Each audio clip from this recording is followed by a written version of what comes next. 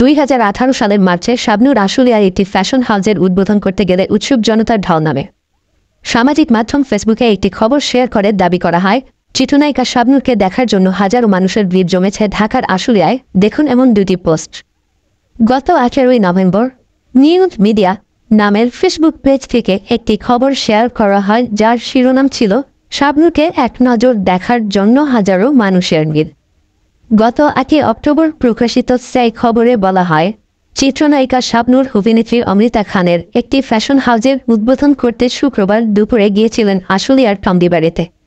সেখানে রাস্তার ধারে উৎসুক জনতার ভিড় জমে যায়। অর্থাৎ খবরটি পড়ে মনে হচ্ছে এই ঘটনাটি সাম্প্রতিক সময়ের। দেখুন সেই পোস্টের স্ক্রিনশট। নায়িকা শাবনূরকে দেখতে আশুলিয়ায় উৎসুক জনতার ভিড়ের এই খবরটি পুরনো। 2018 সালে এই খবরটি একই ছবিসহ একাধিক মূল্যধারার গণমাধ্যমে প্রকাশিত হয়েছিল। জাবনের 24-এ শাবনূরের জন্য জনতার ঢল শিরোনামে একটি খবর প্রকাশিত হয় 2018 সালের 24শে মার্চ। খবরটিতে বলা হয়, শুক্রবার আশুলিয়ার টঙ্গীবাড়ি এলাকায় এই সময়ের আরেক নায়িকা অমৃতা খানের ফ্যাশন হাউস উদ্বোধন করতে গিয়েছিলেন শাবনূর।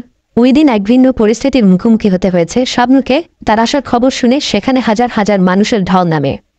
আরও বলা হয়, অমৃতা খান এই দৃশ্য তার সেলফিতে বন্দি করে ফেসবুকেও পোস্ট করেন সে সময়ে। একই দিনে এই খবর প্রকাশিত হয় 21শে টিভির অনলাইনে। নায়িকার জন্য হাজারো জনতার অপেক্ষা শিরোনামের সেই খবরে শাবনূরের বরাতে বলা হয়, দেশের মানুষ ভালোবেসে আমাকে শাবনূর বানিয়েছেন। এই ভালোবাসা সবসময় অনুভব করি।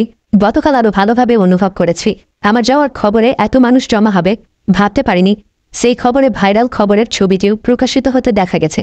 অর্থাৎ 2018 সালে চিত্রনায়িকা শাবনূরের ফ্যাশন হাউস উদ্বোধন সংক্রান্ত পুরনো খবর নতুন দিন তারিখ দিয়ে প্রকাশ করা হচ্ছে, যা বিভ্রান্তিকর।